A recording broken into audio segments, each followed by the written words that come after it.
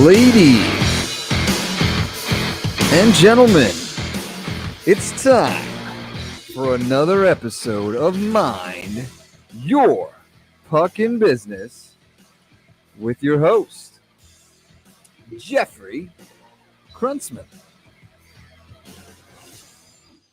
Thank you, Dougie Sticks, from the beautiful studios of Undefeated Media here in Bergen County, New Jersey. This is the Mind Your Puckin' Business podcast, brought to you, of course, by our good friends, the Bamboozle Project and Allied Construction and Roofing. We appreciate both of their support as always, and we encourage you to check them out. If you're following the video feed, you can see the bamboozleproject.com up on the screen. And, of course, the promo code for any apparel. And there is summer apparel coming soon. That is the rumor around here 100%, on Bamboozle Project. Yes.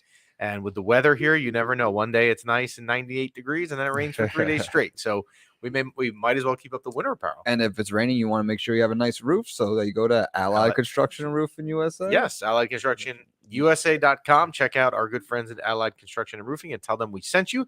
This is episode number 79. Hard to believe. Say Tenta y Nueve on the Spanish dial. We appreciate you guys tuning in as always. You can send your questions as always anytime to us at mypbshow@gmail.com. You can also DM us on our Instagram page at Mind Your Puckin' Business. And if you send us a question, we do try to respond to it during the week. So we are pretty responsive. And for this part of the Mind Your Puckin' Business, the podcast itself, you can watch it live on YouTube with cameras, or you could always tune in on Spotify or iTunes. And we appreciate the decent amount of new subscribers in the past 2 months that have come via Spotify and iTunes. Yeah. And I think they're riding the Ranger playoff train. As we are. And they're listening while they're riding in their car. Very true. Very true. Look at you, a man of many words. Thank you. All right. So before we get into the Rangers, we are going to be joined in a couple minutes by our good friend, good guest, Jonny Lazarus. You may see him on the NHL YouTube page for the National Hockey League. He hosts I Am Blue York podcast, a very popular Ranger podcast, as well as some other stuff. He will join us in a minute. But before Jonny comes on, we'll talk a little bit about the series. You know, we sat here a week ago today, kind of in a euphoric state, right? We were 12 hours removed from the Rangers winning Game 7 down in Carolina. And you kind of really didn't have time yet to flip the script and get ready for Tampa. And the thoughts that we had said here last week was to start the series, which was the following night at Madison Square Garden, was that Tampa was not going to have played hockey for 9 days, and the Rangers were kind of in rhythm. So the debate we had on the show was, well, would you rather be the Rangers, which are constantly playing and you're in rhythm and you're in your routine, or would you rather be Tampa, which, you know, the negative is you've been off 9 days, but at the positive side of that is you've got some rest to recoup, which, you know, is important in the Stanley Cup playoffs, as it is really an 8-week grind, and it is the hardest trophy in sports to win. So the Rangers on Wednesday night really proved that the answer to that question was you'd rather be in rhythm, because they really blew out Tampa on Wednesday night. The game wasn't close in the second period, especially. The Ranger forecheck was all over Tampa. I think it was the third goal of the game, which was the first goal of 2 that Philip Hedl scored, which will be a topic today. Philip Hedl, was just really kept in by a puck in the zone for a minute and a half. Tampa couldn't get it out in the second period, and the Rangers, went on to win. Now, there was a stat that was shown last week, and it was, I don't want to say that a stat is overblown, but I want to say that a stat was shown way too much for what the stat is worth. And that was that Tampa, which is amazing, had won 17 straight playoff games where they had lost the game before. Now, that is incredible, right? Because that means that Tampa has not lost 2 games in a row in the longest time. So it really put an emphasis for the Rangers on game 2, because you knew you were going to see a better Tampa team, right? Tampa was going to have time to make adjustments from game 1. They were more in rhythm, and you knew Vasilevsky, their goalie, was going to be better, because in game 1, he was terrible. He was actually reminiscent, and I hate to say this, of Igor Shesterkin games 3 and 4 in Pittsburgh.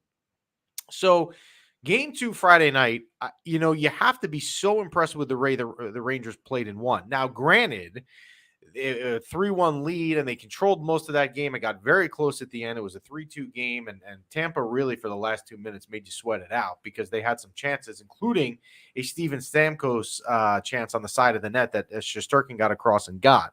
But it was a sort of win that you love to see the team do. You knew Tampa was going to come out.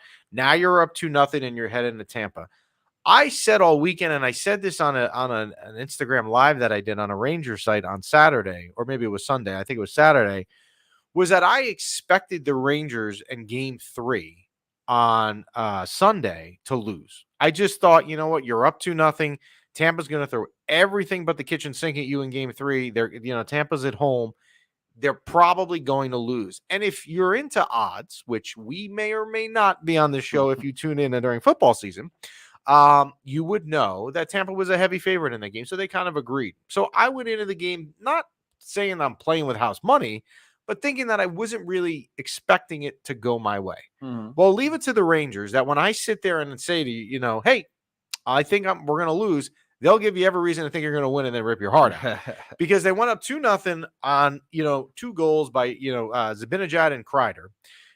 The Rangers weathered the storm in the first period, and I thought for them to get out of that first period in Tampa scoreless was a win, right? I mean, the home team is going home down 2-0. They're going to throw everything at you to escape weather the storm.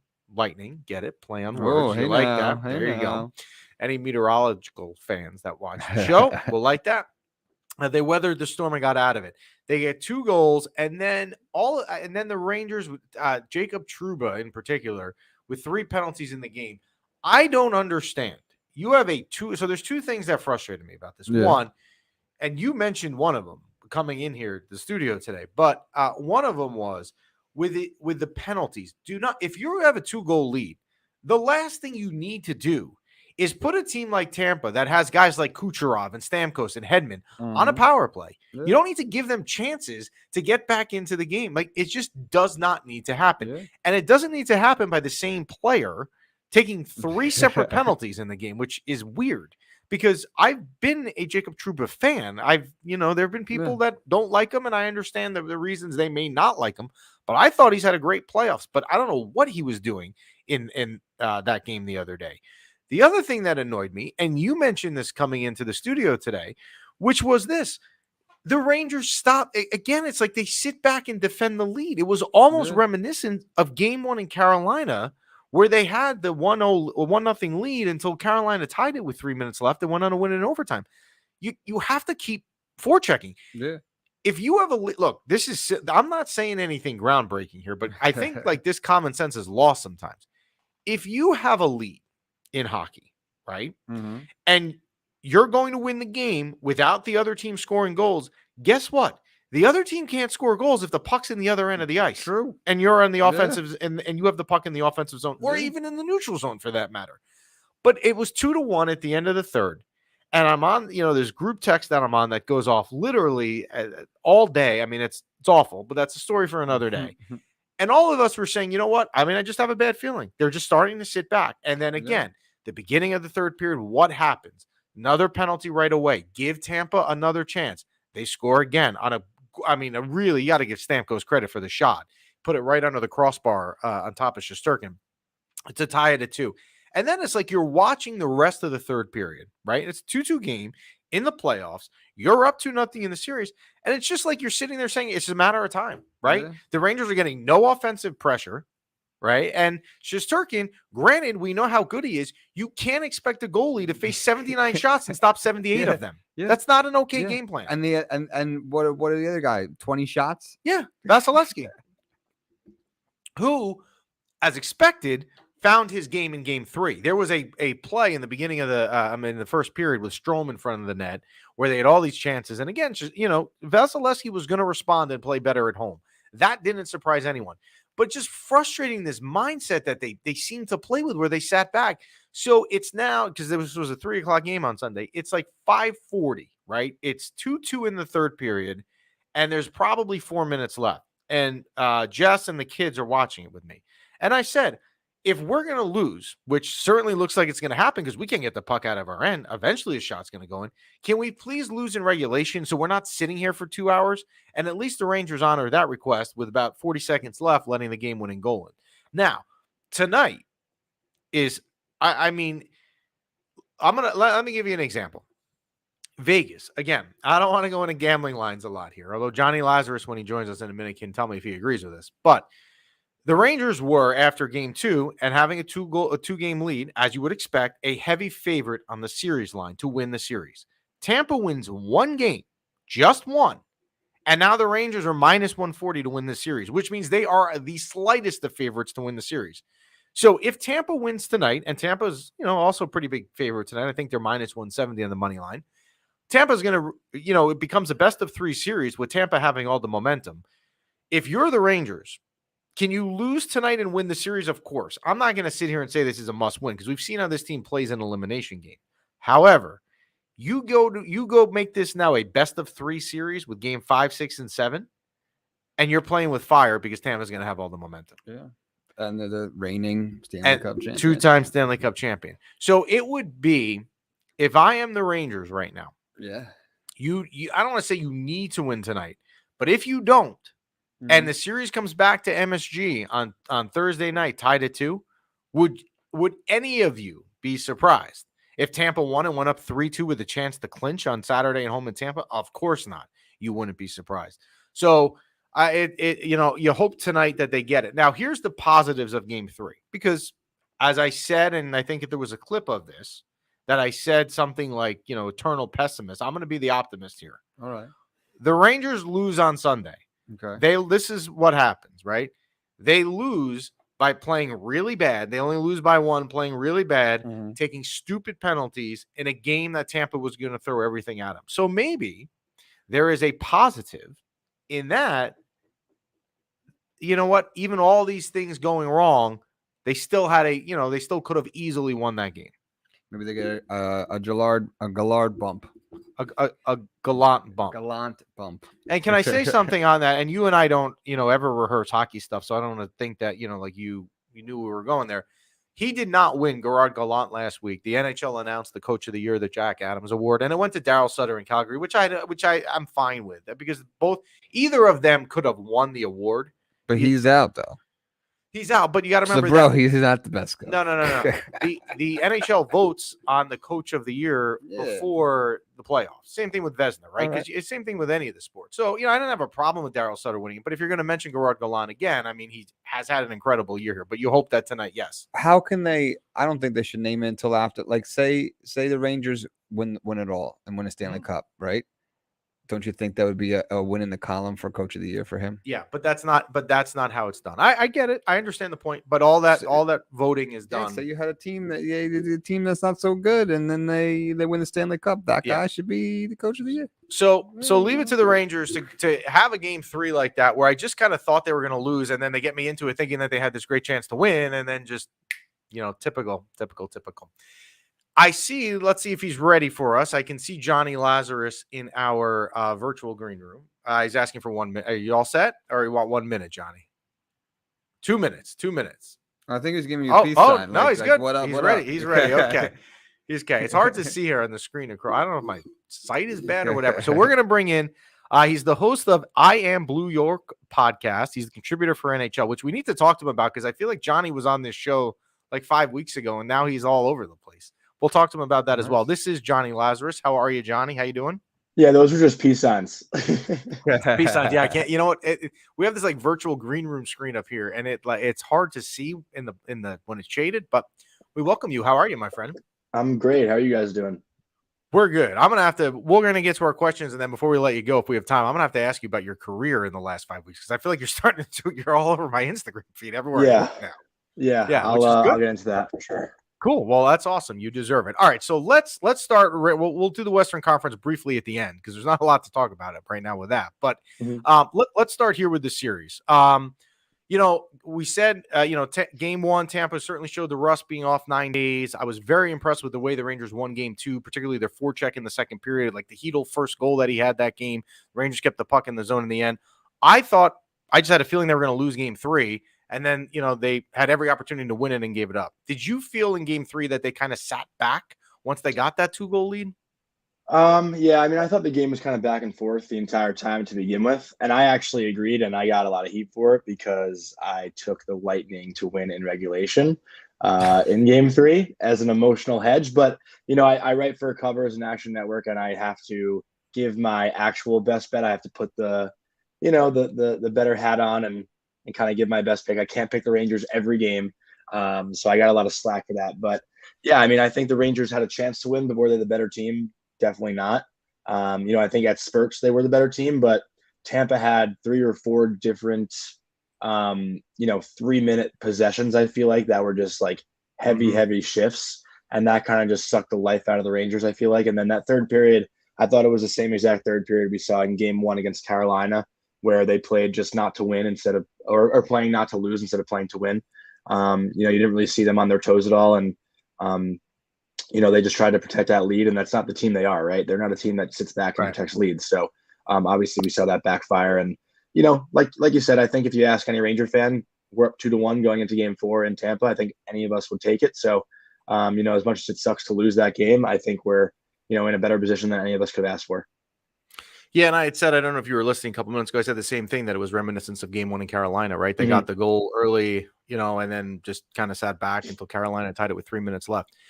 Is there any reason to be concerned with with Trouba with the 3 penalties, or do we just say, you know what, bad game, throw it out, start new tonight? Bad game, exactly what you said. Just throw it out. Yeah. Trouba has been pretty solid back there all playoff long. I know he's had some, questionable like turnovers. He's not maybe the best stick handler or puck handler, but as far as like just being a shutdown back end defenseman, I think he's proven himself this year all year long. And I would expect him to have a very strong game 4. I think he's bounced back every time he's had a bad game pretty much in the playoffs. So I'm not too worried about Trouba, and he's not really been a penalty kind of guy, I feel like, all year. The only thing that sucks about that is that Trouba is our best penalty killing defenseman. So obviously, like, it hurts to have him in the box, right? So that's a little insult to injury, but I wouldn't be too concerned with Jacob Trouba. Yeah, speaking of penalty killing, just throwing it out there, Tyler Mott has been great, right? On the penalty kill. My goodness. I mean, really, I don't want to pretend like I knew a lot about him when he came over for Vancouver, but man, he makes the penalty kill so much better. A couple overall things in the playoffs. Kid line, are you as impressed with it as, there's now shirts being made about the kid line? I mean, you can't go. ESPN.com last week, is leading the entire site with a kid line article. I mean, this is ESPN. I know they have the hockey coverage, but still, I mean, this is above every sport. Are you as impressed with the kid line as everyone else is? Yeah, and I think it's for different reasons too. I think I've been saying it from game 1 of the Penguins series, how physical Lafreniere has been playing all playoff long, and you rarely or ever see that from a number 1 overall draft pick. Usually those are the guys that just play with skill and are a little too cute when it comes to playoff time, but Lafreniere has impressed me so much, and I know he hasn't really put up a ton of points, but I'm just going to double check here. I'm pretty sure he has 9 points right now as we're talking. Just to double check. Yeah, Lafreniere has 2 goals, 7 assists, and +1 in 17 playoff games, which as a 20-year-old kid, I don't think you can ask for anything better. I agree with you. I agree with you completely on Lafreniere. Yeah, he's been awesome. And Kakko obviously didn't have the best regular season. And, I think he's showed a lot of confidence in the playoffs. He's been playing very heavy and very confident. And then Filipino, I mean, he's got 7 goals in the playoffs. He had 8 goals all regular season. So how could that not impress you? I think he's been amazing. And, I think they had a quiet game 3. So I would expect them to have a strong bounce back here in game 4. So you guys on your I Am Blue York page, I saw you guys tweet this last week, or I think you retweeted it from Nate Thompson. Barclay Goodrow. Is he, you really now see his value, I think in the last month, more than you maybe even saw it during the regular season. Does he make that much of a difference for this team when he's in the lineup? I think it's the little things. It's just doing things the right way. And that's something that, like, a lot of Ranger fans didn't really see with Brett Howden. I think Brett Howden got a little, treated unfairly here because he was a high draft pick. So I think fans expected more offensive production from him. But Barclay Goodrow is just one of those guys. And you saw it with Tampa. He was there, in Tampa when they won their 2 cups. He's a very important player to that lineup. And it's just a guy that just does the right things, right? Like, how often do you really see Barclay Goodrow make mistakes? He gets pucks out. He blocks shots. I mean, he put his left leg out to block a shot, I think, coming back from a broken foot, and he got hurt, obviously, which sucks. But that's the kind of guy you need in a time like this, right? A guy who's going to sacrifice his body and put his body on the line every time he's out there, because we don't really see that from everyone on this roster. A lot of guys have been doing it and have been selling out, but he's a guy that's not even going to hesitate to do it. So I think he's just really important, and he can also provide some offense. I mean, he's had some really good scoring chances. He had that great shorthanded chance in game 3 from Keandre Miller. That was an unreal pass. Right. Keandre, and he hits the post. That goes in. I think it's another dagger in Tampa because they let up a shorthanded goal. So that could have changed the outcome of the game a little bit, just taking away momentum from Tampa. But obviously we didn't get that bounce. But I think Goodrow has been a really important player, and we've seen it when he's not in the lineup. So I think he's been a huge addition to this team. Yeah, and Keandre Miller on that play, the back check to set it up to break up that Sick play was unbelievable. I mean, it really was two great plays by him in one. It's a shame that Goodrow hit the post on that. So in the NHL, as you know, they never say anything about injuries until you're eliminated or the season ends. Like this morning, I think something came out of Edmonton that Darnell Nurse was playing with some crazy injury. Whenever the Rangers season ends, let's hope that it's in 3 weeks. Are we going to find out something that Panarin's been hurt because he just does not look the same?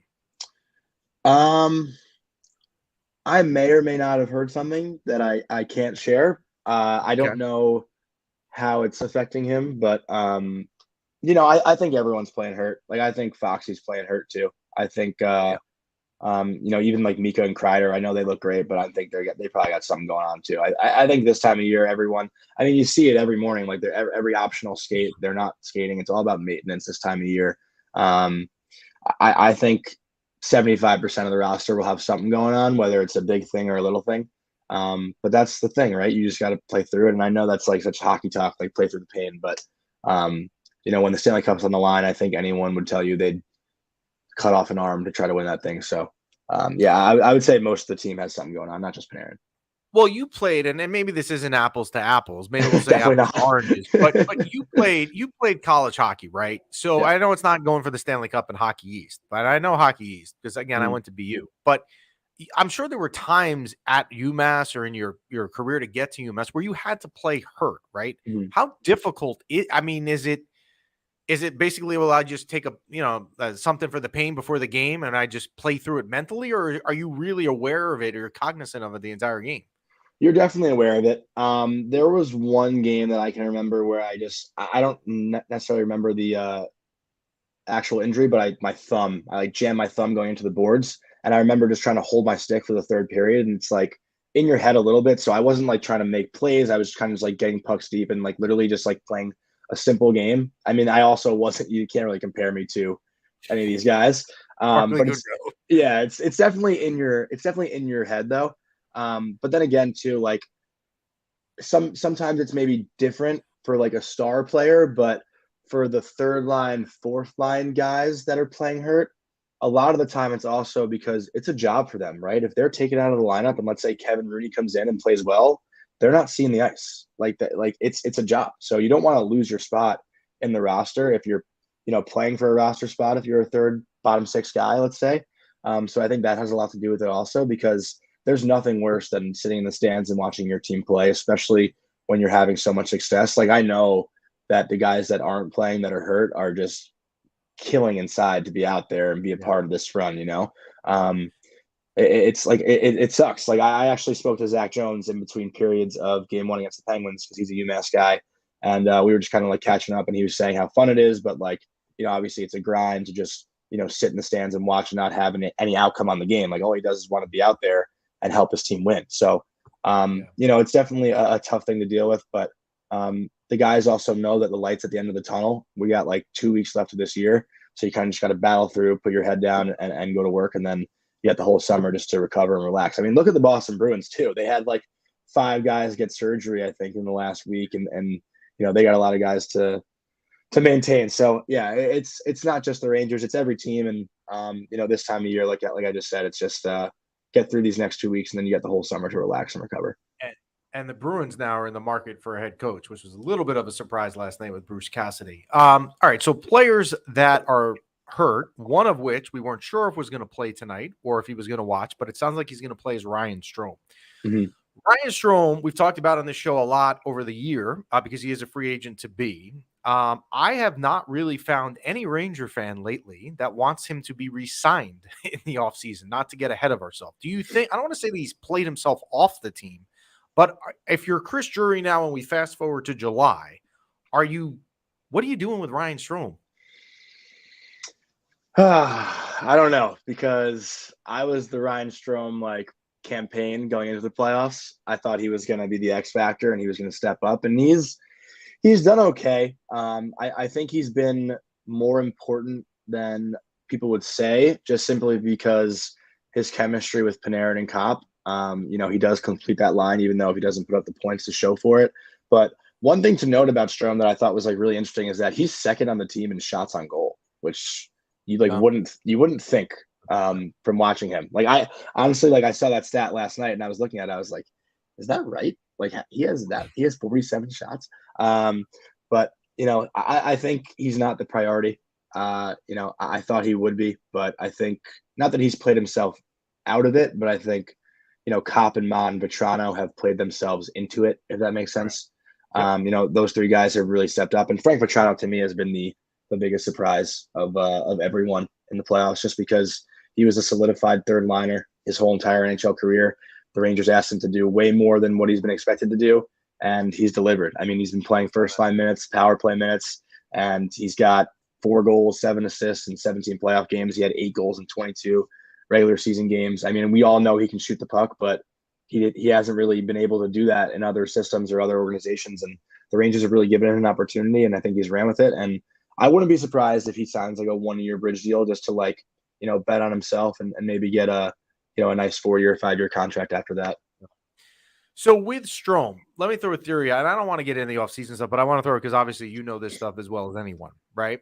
Would you now, what you've seen with Philip Hedl, could you think about putting Hedl in the second center spot next season and just letting Strome walk and moving Hedl up? Or are we not there yet with Philip Hedl to put that sort of role, responsibility on? That's a good question. I wouldn't necessarily say I would like to rely on Hedl to be the second line center, but you can definitely start him out there. It's interesting to see what you would do though with, who's playing with him on the left and right wing. I mean, would Hedl and Panarin really play well together? I don't know. I think it just works with Kakko and Lafreniere right now for whatever reasons.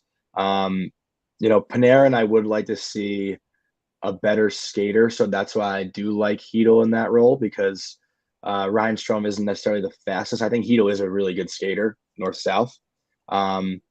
So yeah, I mean, I think obviously Hedl will come back next season with a ton of confidence, and I wouldn't mind sticking him in that second line center role, but I also think that's a spot that Andrew Cock could fill too. I really don't know what they're going to do in the offseason. I'm really curious to see, and I don't know. I think it's going to be a lot of things are going to be shaken up. So I don't really have the answer. That's why I'm not the GM, Yeah, I don't know.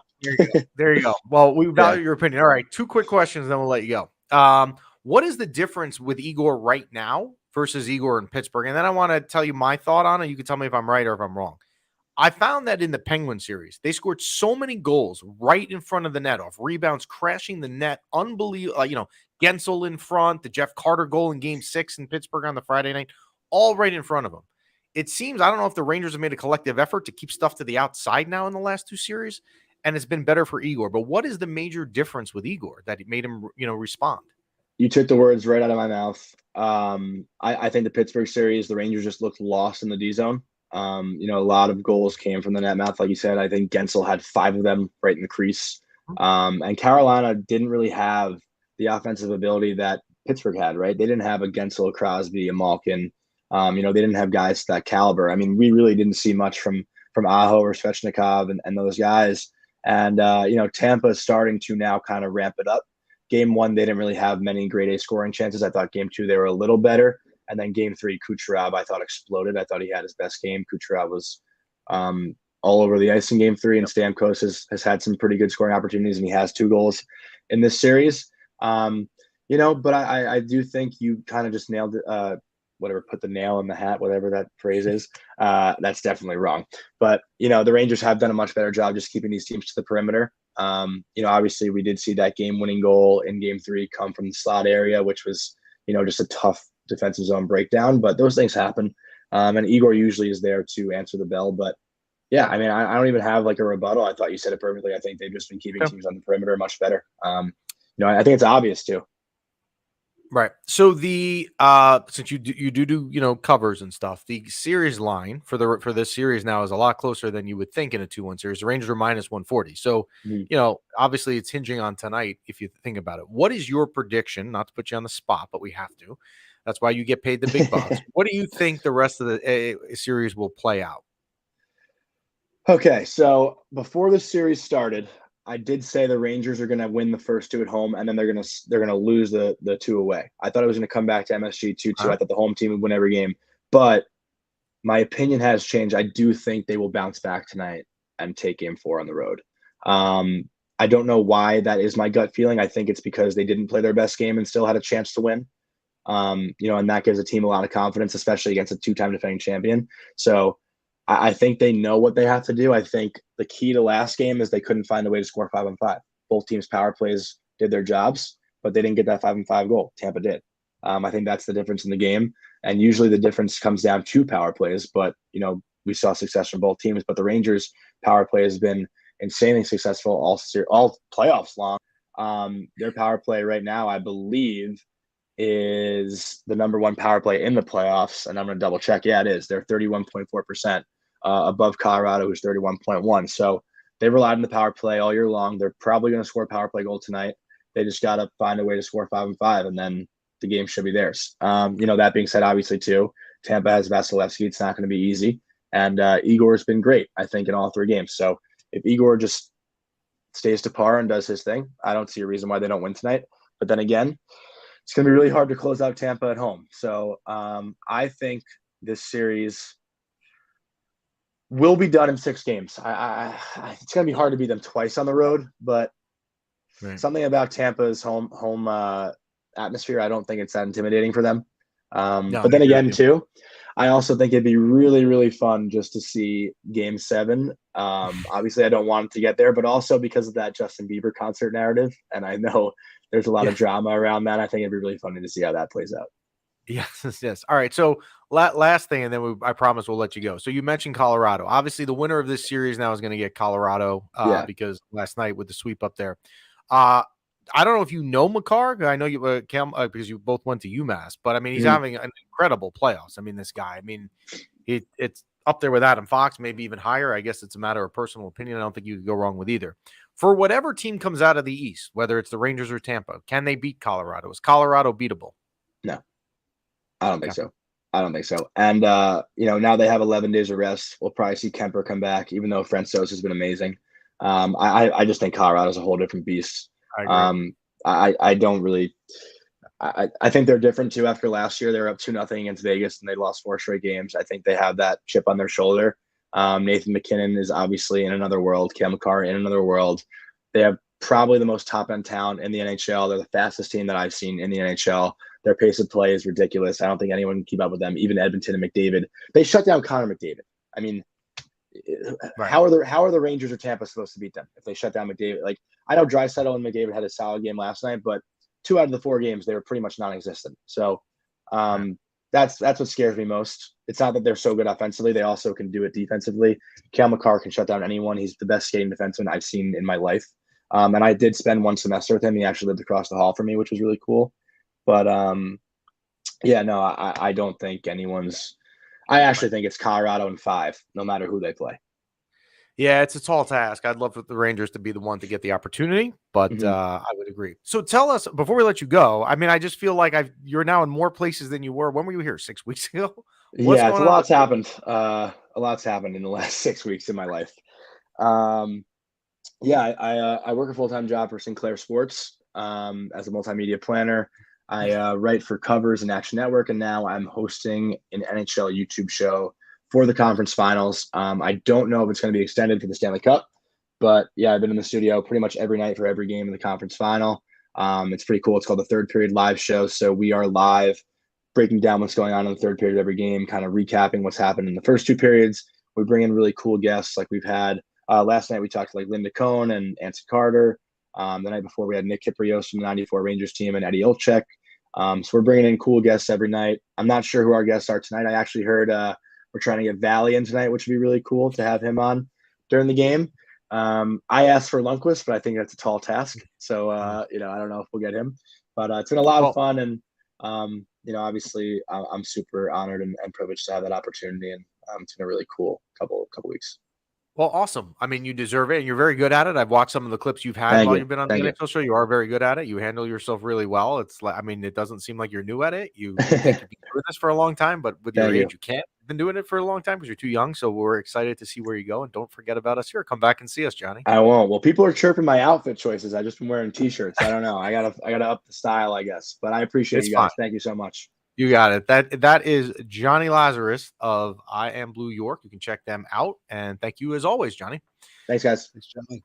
You got it. So, yeah, I mean, Johnny is right. I mean, tonight is, I mean, super important. You would think. Again, as I said earlier, could the Rangers win the series if they lose tonight? Of course, if they lose the series tonight, it becomes really a best of 3, and you still have home ice. And the Rangers, historically in the playoffs with this franchise has not really had a tremendous amount of home ice advantage. They've only lost one game at home the entire playoffs. So the first game of the entire series of Pittsburgh, which kept you up till 11:48 at night, if you remember, on that Tuesday night back on May 3rd, when you were kept up on 75 save performance from Igor.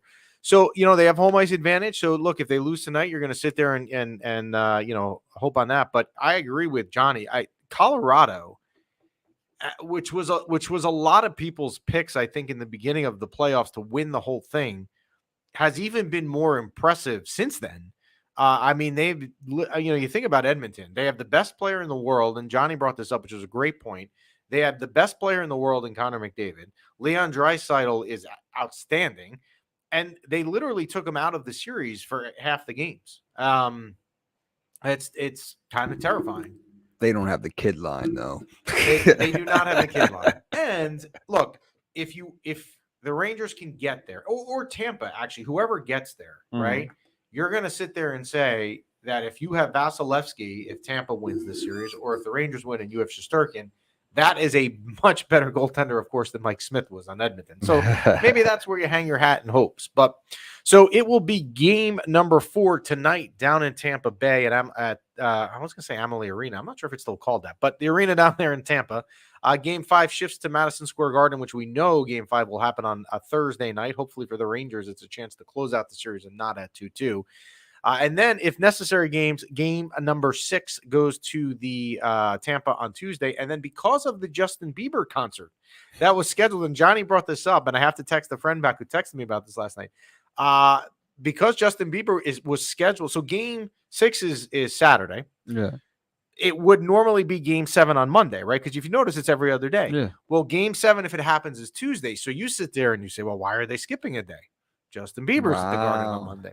So the Biebs is got the extra day because of the Biebs. And that's in Tampa. No, that would be at the Garden if there is a game 7. Wow, which I don't really think, the 1 day extra, I'm not really sure that it matters that much. I mean, people are going a little bit overboard on it. But I mean, Justin Bieber's Canadian. Maybe he's in on this whole. Maybe he's trying to mess us up. If you were Bieber, and you're right, he is Canadian, and he is, if I'm not mistaken, he's a Toronto Maple Leaf fan. The Maple Leafs, had they gotten here, let's say they were playing the Rangers. Oh, then he definitely would have. What would he have done? Right? Then he would have maybe sat there and said, you know what? My beloved Leafs, they're my priority. I can move my concert a night back. I'll take the Tuesday slot. Yeah. But Monday night concert, that's weird. Yeah. But, I'm going to a concert in a couple of weeks. I haven't been to a concert. This has nothing to do with Corona. I have not been to a concert probably since, oh man, I mean, it has to be at least 10 years. I think it was Billy Joel at the Garden with Jess. We went 2006. I mean, it's really been that long. I am supposed to go to a concert in a couple of weeks to see Dave Matthews with a bunch of people at PNC. Nice. But Dave Matthews wouldn't have to. But I'm saying that concert's on a Wednesday, right? Yeah. So it's not you don't like the Monday night concerts. Yeah. Or the Wednesday too. That's weird. It's weird. Concerts right? Be Friday, Saturday, Sunday. It would be better. But when your kids are up at 6 a.m. 7 days a week, what does it matter? It doesn't matter. Right? What does it matter? I'm getting up at 6:15 any day of the week. Every day. Doesn't matter what. Every day is 7 a.m. 6:30 wake up call.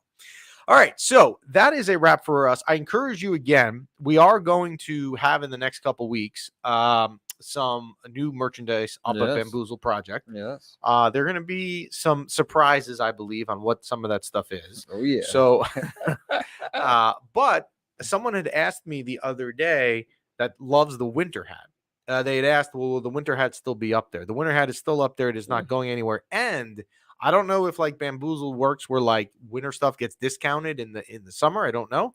But even if it doesn't, it's a steal. That is the most comfortable hat. And anyone who has it tells me that it is a steal. And we appreciate you wearing our stuff as well. So that is the Bamboozle Project. And again, promo code MYPB saves you 25%, which basically in essence covers the shipping and then some. So you're basically getting free shipping just by typing in the magic 4 letters. Check out Allied Construction and Roofing. Again, that is alliedconstructionusa.com. You can check them out in the Bergen County area, the Passaic County area, Essex County area. They go everywhere. And anything else from you, sir, before we wrap and go to game? What is your prediction for the rest of the series? So we're winning the next 2. We're moving on to the Stanley Cup Finals, baby, and better watch out, Colorado, because we got the kids coming after you. Colorado, Johnny brings up a good point that they really, and we'll cover the Stanley Cup Finals, whether the Rangers are in it or not, but they play at the pace that they play. It is so exciting to watch. If you were a casual hockey fan and you didn't have a team that you liked, Colorado Avalanche would be the games you would like to watch because they're just exciting. They score a ton of goals. There's a million chances. They're fast up and down. You know, they have McKinnon, obviously, Makar, Landeskog. They're just, really exciting to watch. Now, when the Rangers played them this season, how'd they do? The Rangers were 0-2, if I remember correctly. They played them at home in, actually, if I'm not mistaken, they played them at home in December. And that was when they played Adam Huska. Like they had a backup in the AHL that played that one game and lost. And then the Rangers lost out in Colorado a week later in December. Colorado's good. I mean, look, whoever comes out of the East is going to be an underdog to Colorado. There's no doubt about that. And they should be an underdog. But in a 7-game series, you have Vasilevsky or you have Shesterkin, whoever comes out of the East. You never know. Igor and the Kids, baby. You're going to hang. Like a band name. Igor and the Kids, which you're not going to their concert on a Monday night. Igor and the Kids. We thank you for tuning in. We will be back with you next week. And next week when we're on, we should be done with the Eastern Conference Finals. So we'll be previewing the Stanley Cup Finals. Hopefully, that is the New York Rangers and the Tampa and the Carolina. Hopefully, it is the New York Rangers and the Colorado Avalanche, but we will see on that. We appreciate you listening as always. Take care. We thank Jonny Lazarus, as always, one of our better guests. We love him here. And enjoy the rest of your day.